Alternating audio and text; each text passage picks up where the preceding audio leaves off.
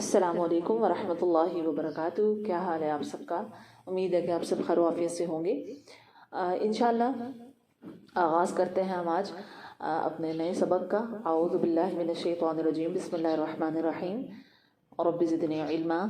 انشاءاللہ آج ہم جس سبق کو ڈسکس کرنے جا رہے ہیں وہ قاعدے کا سبق نمبر 17 ہے، ادغام، جو کہ بہت ہی امپورٹنٹ ہے، بہت ہی ضروری ہے اس کو سمجھنا اور اس کے رول کو سمجھنا اور پھر اس کی ادائیگی کو سمجھنا. یوزلی اس کو تھوڑا سا رول سمجھنے میں مشکل پیش آتی ہے اور اس کے بعد پھر اس کی ادائیگی جو ہے اس کے اوپر دھیان تھوڑا سا کم ہوتا ہے، جس کی وجہ سے مسٹیک ہو جاتی ہے. تو شروع کرتے ہیں ہم. ادغام کے بارے میں آپ سب جانتے ہی ہوں گے اور ظاہر ہے آپ پہلے بھی پڑھا رہے ہیں، آگے بھی انشاءاللہ پڑھاتے رہیں گے، آپ کا اپنا بھی کچھ ایکسپیرینس ہوگا. لیکن میں اپنے لحاظ سے جو چیزیں سمجھتی ہوں کہ آپ کو ان چیزوں پہ فوکس کرنا چاہیے اور یہ چیزیں آپ کو فائدہ دیں گی پڑھاتے ہوئے، میں انشاءاللہ صرف انہی چیزوں پہ فوکس کروں گی. رول تو الحمدللہ آپ جانتے ہیں کہ ادغام کا مطلب کیا ہے، نون کے رولز کون سے ہیں، میم کے کون سے، ادغام کی فردر ٹائپس کون سی ہیں.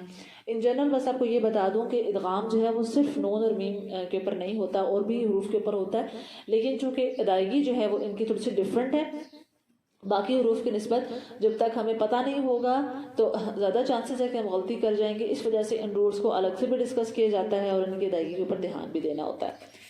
اب جیسا کہ آپ جانتے ہیں کہ نون ساکنہ تنوین کے بعد اگر حروف یرملون آ جائے تو ادغام ہوتا ہے، اور ان میں سے 4 حروف یومن آ جائیں تو ادغام مال غنہ اور ادغام ناقص ہوتا ہے، جبکہ لام یا را آ جائیں تو ادغام بغیر غنہ اور ادغام تام ہوتا ہے. تو اس کے اوپر ہی ہم نے فوکس کرنا ہے کیونکہ یہیں سے ادائیگی کا جو ڈفرنس ہے وہ پتہ چلے گا. ایک چیز ذہن میں رکھیں، ادغام ناقص جب آ گیا یعنی ادغام مال غنہ جو ہے جو 4 حروف پہ ہوتا ہے، یا واو میم نون، تو انڈرسٹوڈ ہے کہ اس پہ ادغام ناقص ہے. ناقص کا مطلب کیا ہے کہ انکمپلیٹ مرجنگ، یعنی کہ نون کی آواز باقی رہے گی. نون کی کس طرح کی آواز؟ غنہ کی آواز. ایک تو ادائیگی میں اس بات کا اپنا خیال رکھنا ہے، اور یہ کہ اگلے والے حرف کی کتنی آواز ہوگی، غنہ کی کتنی ہوگی، کتنا پریشر ہوگا. تو یہ چیز ذہن میں رکھیے گا. ہم ایک مثال سے سمجھتے ہیں. جیسے پہلی مثال ہے ہمارے پاس میں یقول. اب یہ ادغام مع غنہ ہے، ادغام ناقص ہے، نون ساکن کے بعد یا آ رہا ہے. تو اس میں کیا ہوگا کہ نون اور یا، نون کا غنہ آئے گا جو کہ خیشوم سے آئے گا، اور یا کا مخرج استعمال ہوگا. تو پریشر جو ہے نا وہ 50-50% دونوں جگہوں پہ ہونا چاہیے. اپنی ادائیگی میں بھی اس چیز کو دیکھیں کہ خیشوم پہ اور یا کے مخرج پہ برابر دباؤ ہوگا. نہیں، ایسا نہ ہو کہ کبھی یا پہ زیادہ ہو جائے پریشر، میں یقولو، میں یہ غلط ہو جائے گا، یا میں ہونا زیادہ ہو جائے، ایسے نہیں، برابر پریشر رکھنا ہے. میں دوسری امپورٹنٹ چیز، غنہ کا ٹائم پراپر دینا، پورا ایک الف کے برابر غنہ کرنا ہے. جو ادغام کی وجہ سے یا تشدید کے ساتھ جو غنہ آتے ہیں ان کا ٹائم زیادہ ہوتا ہے مرتبے کے لحاظ سے، تو اچھا سا ان کو ٹائم دینا ہے، ٹھیک ہے. اور اس کی ادائیگی میں ہونٹ جو ہے وہ سیدھے ہی ہوں گے. میں، اس پہ آپ نے دھیان دینا ہے. میں بس ایک ایک حرف کو ڈسکس کرتی جاؤں گی کہ اس کی ادائیگی میں آپ نے کس چیز کا دھیان دینا ہے. دوسرا جو آتا ہے وہ نون ساکن کے بعد واو آ جائے تو ادغام مال غنہ ہوتا ہے، ادغام ناقص ہوتا ہے. ناقص کا وہی مطلب کہ نون کا غنہ باقی رہے گا اور واو جو ہے اس کا مخرج استعمال ہوگا. اب اس کی ادائیگی میں کیا کرنا ہے؟ پریشر برابر ہوگا ہونٹوں کی گولائی پہ اور خیشوم میں. تو جب آپ نے میو ایسے پڑھنا ہے تو ہونٹ پراپر گول ہونا چاہیے، اور اسٹوڈنٹس کو بھی آپ نے یہ کہنا ہے کہ آپ کی طرف دیکھ کے پڑھیں. میو، کمپلیٹ سرکلنگ، اور پریشر جو ہے برابر ہوگا ہونٹوں پہ بھی اور خیشوم میں بھی، اور غنہ کا پورا ٹائم دینا. میو والن، ٹھیک ہے.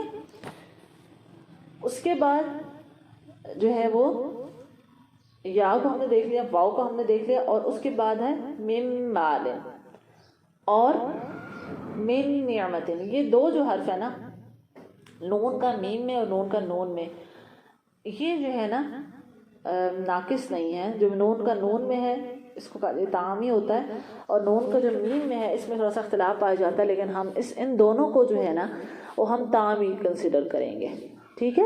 نون کا میم میں اور نون کا نون میں، ان دونوں کو ہم ادغام تام ہی کنسیڈر کریں گے، لیکن یہ ہے کہ ان میں غنہ باقی ہوگا.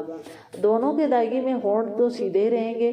پہلے ہم نون کا میم میں دیکھ لیتے ہیں. میم मालिन, होंठों पे प्रेशर होगा, होंठ जुड़े हुए होंगे और गुन्ना खैशूम से आएगा। प्रेशर जो है वो आपको खैशूम में भी फील होगा और मीम के मखरज पे भी फील हो रहा होगा, मिन मालिन। और जब नून का नून में होगा तो सिंपली जो है आप मखरज भी नून का यूज़ कर रहे होंगे और गुन्ना भी खैशूम से आ रहा होगा, मिन निअमतिन। ठीक हो गया, इस पे भी होंठ स्ट्रेट है। तो अपनी अदायगी कराते हुए अपनी अदायगी जितनी आपकी अच्छी होगी उतने स्टूडेंट अच्छा पिकअप करेंगे। उसके बाद लाम और रॉ, इसकी अदायगी में आपने क्या करना है, होंठ सीधे हैं, मेर रब्बी का, ठीक है। ज़बान जो है वो रॉ के मखरज पे होगी, नून की बिल्कुल भी आवाज़ नहीं आएगी, ना उसका मखरज यूज़ होगा और ना ही खैशूम से आवाज़ आएगी। और बग़ैर गुन्ना के हम अदा करेंगे मेर रब्बी का, ये दगाम ताम होता है, ठीक है।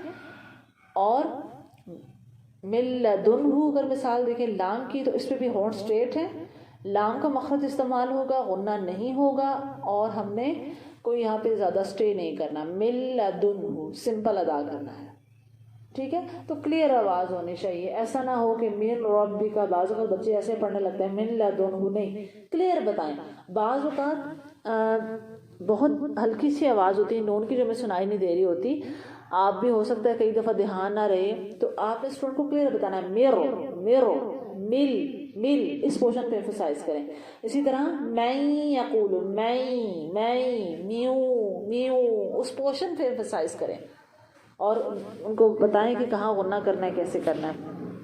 और फिर जब मीम साकिन का इदगाम आ जाता है, मीम साकिन के बाद मीम आ जाए, तो उसमें भी सिंपली आपने मीम का मखरज यूज़ करना है और खैशूम यूज़ होगा।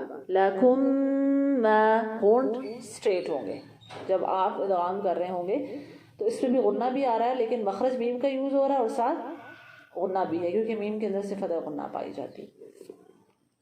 बाकी ये है कि एकदम से ज़्यादा सबक ना दें, ख़ास तौर पे जब आपने पहले दिन आपने नून का या में समझाना है, तो अब इसको आपने यूँ नहीं लेके चलना कि पूरा चैप्टर अभी इदगाम का है तो अब पहली 2 लफ्ज़ों पे मैंने स्लोली समझा लिया तो आगे तेज़ी से, ऐसे नहीं।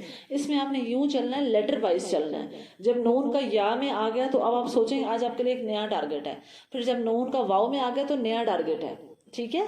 तो पहली लाइन के अंदर जो 4 हर्फ आ रहे हैं ना, इनको एक ही दिन में ना करवाएं, ठीक है। आप बेशक इसको 2 दिन में करवा दें, या और वाव को एक दिन में करा दें, मीम और नून को एक दिन में करा दें, और फिर आगे चल के जब करवाएं तो फिर उसको कंपैरिजन भी करवाएं इसके साथ। जैसे या में हमने, जैसे फॉर एग्जांपल पहले दिन आपने मैं यकुल और मीम वालिन पढ़ा है, दूसरे दिन आपने मिम मालिन और मिन नेमतिन हो गया, तीसरे दिन अल-लैसा और मिन रब्बिका, भी 3 पेयर हो गए। पहले में आप देखें सेम चीज़ आ रही है कि हमने इदगाम नाकिस को देखा है, ठीक है, या का मखरज और वाव का मखरज साथ गुन्ना, ठीक है। अगले 2 में क्या हुआ, सेम ही है, यानी मीम का ही मखरज है, मीम का ही गुन्ना है, नून का ही मखरज है, नून का ही गुन्ना है। और थर्ड वाले में लाम और रॉ का मखरज है, गुन्ना नहीं है, स्टे नहीं है। अब आगे जब आपने करवाना है तो आप उसको बच्चों को कंपेयर करवा सकते हैं कि हमने मैं या कुल में कैसे पढ़ा था, अब इसी तरह से आजा बैं या हदी में कर रहे हैं, ठीक है। तो इसी तरह पिछले के साथ कंपैरिजन करवा के चलाते जाएं और प्रैक्टिस ज़्यादा करवाएं, क्योंकि ये चीज़ें ऐसी हैं जब बच्चे बार बार प्रैक्टिस करते हैं तो उनके ज़बान पे ऐसे ही चढ़ जाता है कि जब भी नून साकिन के बाद या आना है तो उन्होंने ऐसे ही पढ़ना है। जब आप कायदा फर्स्ट टाइम करा रहे हैं, यूजुअली बच्चे की उम्र 4-5 साल होती है, उस वक्त आप उनको रूल ना सिखाएं कि अच्छा इदगाम कितनी टाइप्स होती हैं, ये होता है वो होता है, नहीं। छोटे बच्चे जो होते हैं ना वो अदायगी से जल्दी सीखते हैं, थ्योरी उनको देर से समझ आती है, जबकि जो बड़े उम्र के लोग होते हैं उनको आप अगर थ्योरी पहले करा दें तो उनके लिए आसानी हो जाती है। तो बच्चों को आपने पहले अदायगी पे फोकस करना है, अदायगी आपकी पूरी कोशिश होती है ठीक हो जाए, उसके बाद जब आप रिवीजन कराएंगे कायदे की उस वक्त आप रूल करा दें, या जब आप उनको 13 पारा पे लेके जाएंगे उस वक्त करा दें। लेकिन नंबर 1 पे आपकी प्रायोरिटी यही होनी चाहिए कि आपने उनकी अदायगी दुरुस्त करानी है। और मेरा पर्सनल एक्सपीरियंस है कि जब आप इसको अच्छे से कराएंगे तो इंशाल्लाह फिर बच्चे कुरान मजीद पे भी बग़ैर रूल जाने भी ठीक पढ़ेंगे इंशाल्लाह। बारकल्लाह फ़ीकुम। अस्सलामु अलैकुम व रहमतुल्लाहि व बरकातुहू।